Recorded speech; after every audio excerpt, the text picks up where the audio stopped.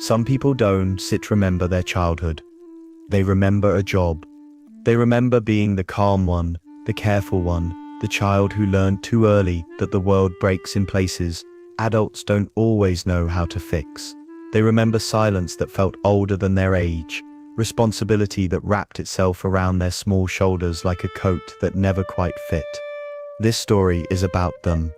The ones who grew up responsible before they grew up human. The ones who measured their worth in how well they held things together. The ones who didn't learn freedom, they learned duty.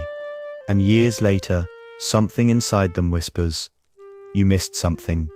Not because they failed, but because responsibility had a price they never realized they were paying. Some children learn the world through softness, through scraped knees, loud laughter, and mistakes that dissolve as quickly as they appear. But others learn it through observation, quiet, careful, instinctive. They learn early that the room has moods, that adults can be fragile. That peace is something you sometimes have to maintain, not something you simply live inside. You can always recognize a child who grew up too responsible. They move differently, listen differently. Their eyes scan for what needs doing long before anyone asks. They're the ones who apologize for things that were never theirs to fix, who notice the tension in the air before anyone else feels it. They become emotional seismographs, detecting shifts, predicting storms, adjusting themselves accordingly. And the strangest part is this: no one gives them the title. No one sits them down and says, "This is your role now." But they step into it anyway, quietly, invisibly, as if responsibility chose them before language could. For them, childhood isn't a landscape of innocence. It sets a training ground. They learn to wake up early because someone else needs help getting ready. They learn to keep their voice soft because someone in the house is stressed. They learn to hide their sadness because someone else's sadness matters more. Every day becomes a small performance of maturity, of calmness, of being the one who understands. But the truth is simpler. They were never asked to grow up. They were required to. Over time, the weight becomes familiar. A backpack they no longer notice on their shoulders. They carry siblings, chores, emotions, secrets, all stacked carefully inside them. They become the child who never complains, because complaining feels like adding to the load they're trying so hard to lighten. Years later, when someone asks them, "What were you like as a child?" they pause. Not because they don't just remember, but because they remember too well. And none of it feels like childhood. It feels like responsibility wearing the face of a child, learning to stand still even when they longed to run. Responsibility doesn't appear out of nowhere. It grows from the spaces where something else is missing. For many hyper-responsible children, the story begins quietly, with a parent who is overwhelmed, a home that is unpredictable, or moments where a child senses that if they don't step in, something important might fall apart. Children don't analyze these things. They respond to them. Sometimes the origins are practical. A mother who works too much. A father who is distant or ill. Siblings who need help with homework, meals, or emotions. Life presses its weight downward, and the smallest shoulders bend to support it. Other times, the roots are emotional. A parent who confides too deeply. A home where silence means danger. A family that unconsciously turns a child into the mediator, the peacemaker, the one who keeps everyone calm. And because children crave safety above all else, they adapt. Responsibility becomes their way of creating order in a world that does not offer it freely. It becomes their currency for belonging, their strategy for keeping the environment stable. A child who senses chaos learns to organize. A child who senses tension learns to soothe. A child who senses emotional distance learns to fill the gaps. Not because they want to be grown, but because staying small doesn't feel safe. Sometimes culture plays a role. In many families, maturity is celebrated earlier than it should be. A child who acts older is praised, admired, even held up as an example. Look how good they are. Look how responsible. But beneath that praise is an overlooked truth. Children grow responsible when the world around them doesn't feel responsible enough. And so the child steps into roles that were never theirs.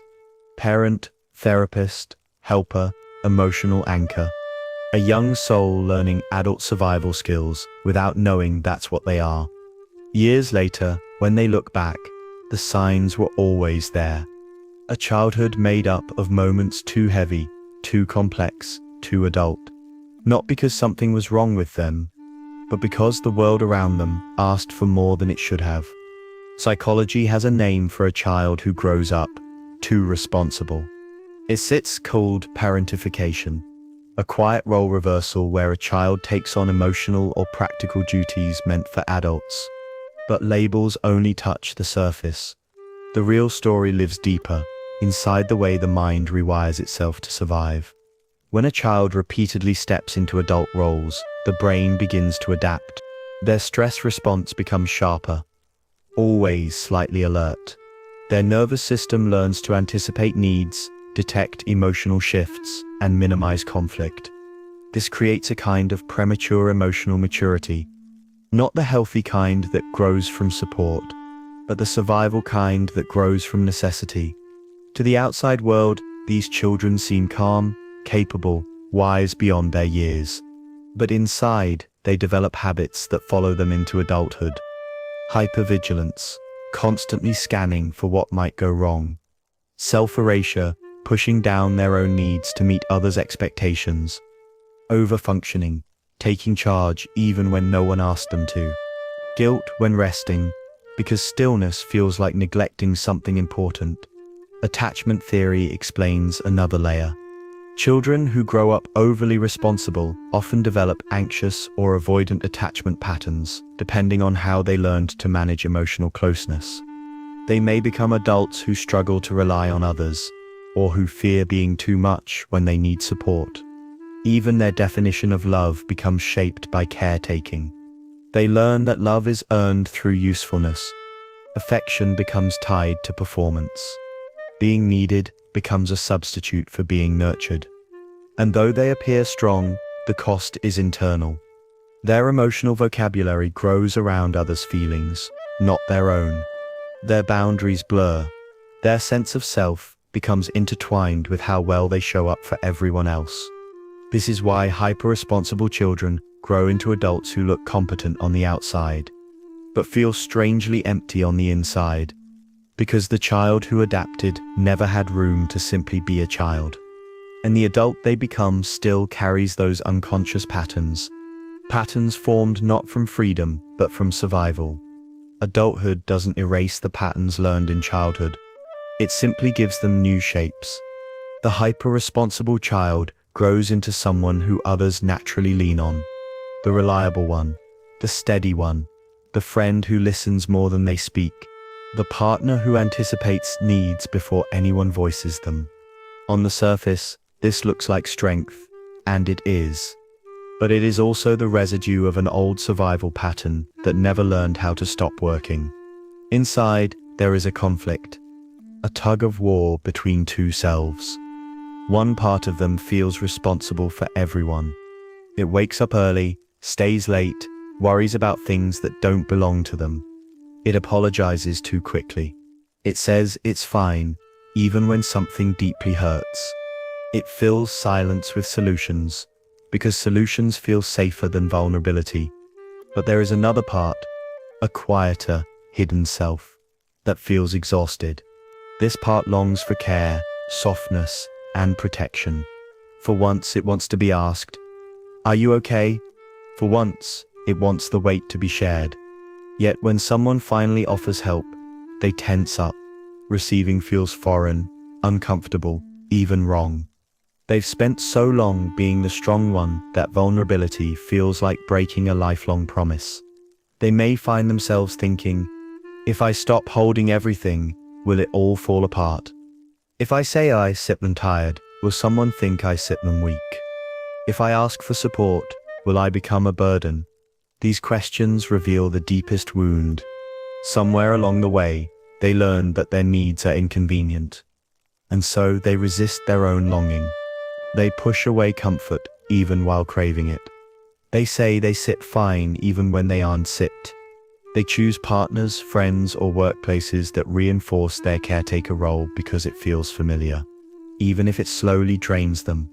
This inner conflict doesn't show on their face.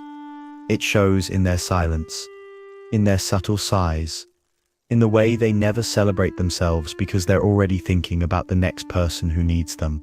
They carry a lifetime of responsibility, yet feel undeserving of the very gentleness they give so freely to others. Awakening doesn't always arrive loudly. For people who grew up too responsible, it often comes quietly, in a moment so ordinary, it almost slips by unnoticed. Sometimes it happens during a conversation where someone says, "You always seem so strong," and instead of feeling proud, something inside them aches. A tiredness they can explain.